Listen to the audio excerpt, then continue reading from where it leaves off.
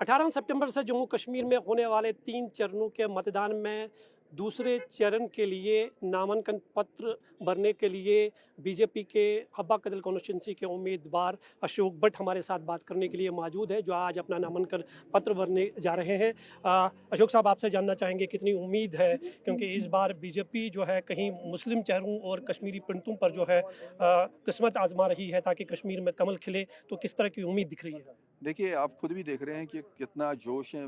जितने भी हमारे वर्कर्स हैं या लोग जो हैं वो काफ़ी उत्साह है कि यहाँ पर बीजेपी आए और बीजेपी की हुकूमत बने, क्योंकि लोग भी तंग आ गए हैं कि एक ही हुकूमत देखकर, फारूक अब्दुल्ला को देखकर, उमर अब्दुल्ला को भी देखकर लोग परेशान हैं, क्योंकि उन्होंने हमेशा झूठ की राजनीति की है कश्मीर में। अगर उनका मैनिफेस्टो देखोगे, मैनिफेस्टो में वो उमर अब्दुल्ला साहब बोल रहे हैं कि हम जी 370 वापस लाएंगे, और दूसरे दिन फारूक अब्दुल्ला साहब उसका, क्योंकि उसका अब वो सोच रहे हैं कि सही बोलना चाहिए, सच बोलना चाहिए, तो उन्होंने सही बोला। उन्होंने बोला कि वो तो सवाल ही 100 साल लगेंगे, ये नहीं ला पाएंगे इस 370 और 35A को। तो ये चीज़ है कि ऐसा झूठ की राजनीति ये करते हैं, तो इसका जवाब भारतीय जनता पार्टी उनको दे देंगे। भारतीय जनता पार्टी इनको दिखा देंगे कि कैसा असली कश्मीर में जो कि राजनीति करनी है, कैसे लोगों की सेवा कैसे करते हैं, लोगों के जो हुकूक हैं उन पर उनको कैसे ये वो मिलने चाहिए। मतलब और भी बहुत सारे जो उन्होंने सितम उठाए हैं यहाँ कश्मीर में, उसका भारतीय जनता पार्टी अजाला करेगी। भारतीय जनता पार्टी हर कश्मीरी के साथ हैं। भारतीय जनता पार्टी हर उस फर्द के साथ हैं जो नेशनलिस्ट हैं, जो कि भारत को चाहता है, हिंदुस्तान को चाहता है, कश्मीरियत को चाहता है, उसके लिए उसके साथ है। पहली बार हम देख रहे हैं कि बीजेपी ने जो है करीबन 13 कैंडिडेट जो है, जिसमें से 11 जो है कश्मीर रीजन से है, उसमें ज़्यादातर मुस्लिम चेहरे हैं और कश्मीरी पंडित जो है उनको यहाँ पे कैंडिडेट बनाया है। तो किस तरह की उम्मीद दिख रही है, इस बार क्या कमल खिलेगा कश्मीर में? नहीं, देखिए, मैं एक चीज़ बताऊं, पहले तो मैं आपको करेक्ट करूं कि 11 नहीं 13 बराबर हैं, क्योंकि मैं भी कश्मीरी हूं और मैंने वीर वही जी कहा, 11 मुस्लिम है, 2 कश्मीरी पंडित पंडित है। है, तो आप इसको थोड़ा वो डिवाइड मत कर लीजिए।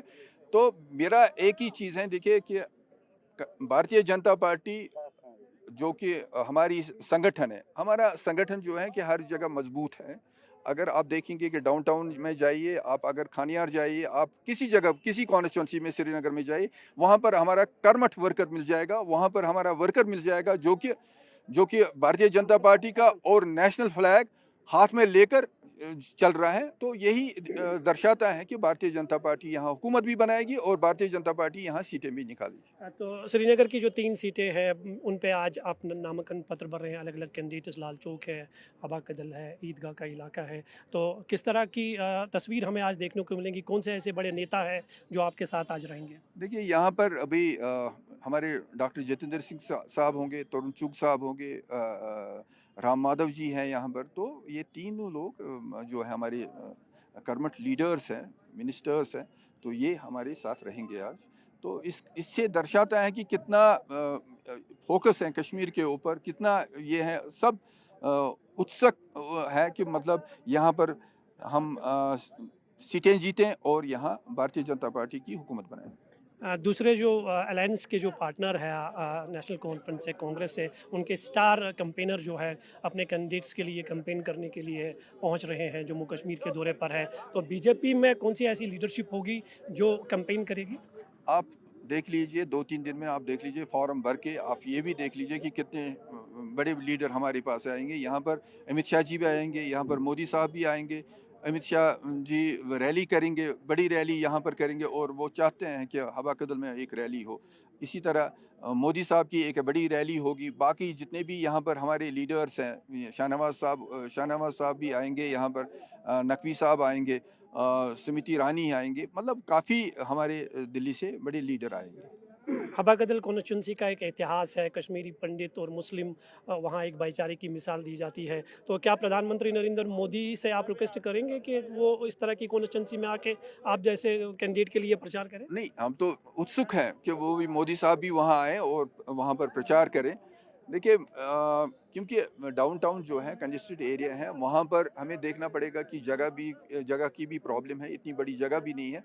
तब भी हम वहाँ पर है एक बाबडीम साइड में हमने एक जगह चुनी है जहाँ पर वो प्ले ग्राउंड है, शायद हो सकता है वहाँ पर हम एक बड़ी रैली करेंगे। तो उस रैली में कौन-कौन शामिल हो सकता है? उसमें अमित शाह जी होंगे। अच्छा जी। होंगे।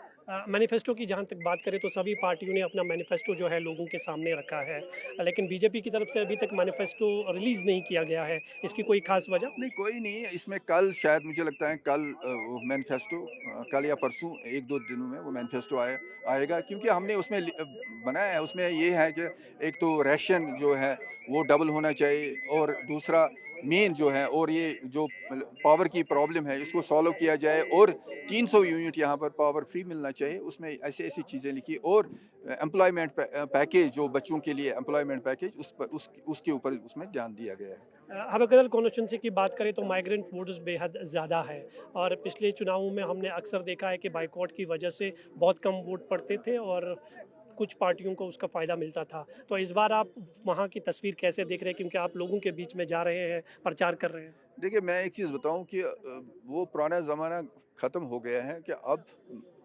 वाकई में अगर आप भी देखते हैं कि कश्मीर बहुत बदल गया है, और कश्मीर अमन की रास्ते पर चल रहा है। तो कश्मीर में अब वोट पड़ेंगे। आपने पार्लियामेंट देखा, पार्लियामेंट में कितना यहाँ पर वोट परसेंटेज बढ़ गई है। यहाँ पर हवा कदल में 5-6% वोट पड़ता था, वो भी 20% के आसपास पार्लियामेंट में भी आ गया।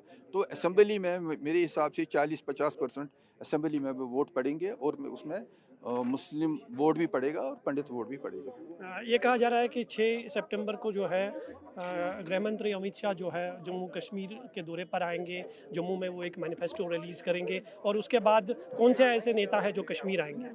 नहीं, उसमें दिया है तरुण चुग साहब को दिया है, और यहाँ पर शाहनवाज हुसैन साहब को भी बताया गया है। तो इसमें देखेंगे कि कौन साहब आएंगे।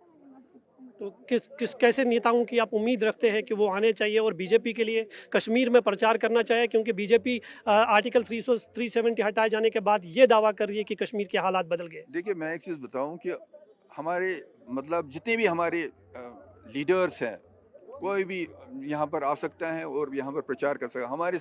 हमारे सामने सभी बड़े लीडर हैं। हमारे सब जितने भी दिल्ली में हैं सब बड़े लीडर हैं, और सब हमारे जो कि कश्मीरी उनको चाहते हैं। तो हमारे ये नहीं है कि कौन आना चाहिए, कौन किसको नहीं आना चाहिए, सबको आना चाहिए। जो भी हमारी लीडरशिप तय करेगी उसको यहाँ पर वो आएगा। तो आज आप जो है एक नई इनिंग का आगाज़ कर रहे हैं, तो कितनी उम्मीद है आपको जीत की? मेरे को तो 100% जीत है। जो कि लोगों का हम देखते हैं कि लोग कैसे आ रहे हैं, और लोग कैसे खुश हैं कि भारतीय जनता पार्टी ऐसे तरीके से यहाँ पर ऐसा तो कभी होता नहीं था। अब आप खुद ही देख रहे हैं कि गाड़ियाँ भी कितनी हैं, लोग भी कितने हैं कि जो कि साथ आएंगे, और यहाँ पर रैली की सूरत में हम वहाँ पर जाएंगे और नामांकन पत्र भर लेंगे। आपने देखा कि ये अशोक भट्ट है बीजेपी के, जो आज अपना नामांकन पत्र भर रहे हैं। इनका साफ तौर पर कहना है कि कश्मीर के हालात जो है पहले से कहीं बेहतर है, और आने वाले दिनों में आप जो है इस तरह की तस्वीर देखेंगे कि न सिर्फ केंद्रीय गृह मंत्री अमित शाह, बल्कि अमित शाह के भी जम्मू कश्मीर के दौरे की उम्मीद है, जो बीजेपी के लिए यहाँ पर प्रचार करेंगे। कैमरामैन मोहम्मद असलम के साथ में मंजूर मीर, इंडिया टीवी, श्रीनगर।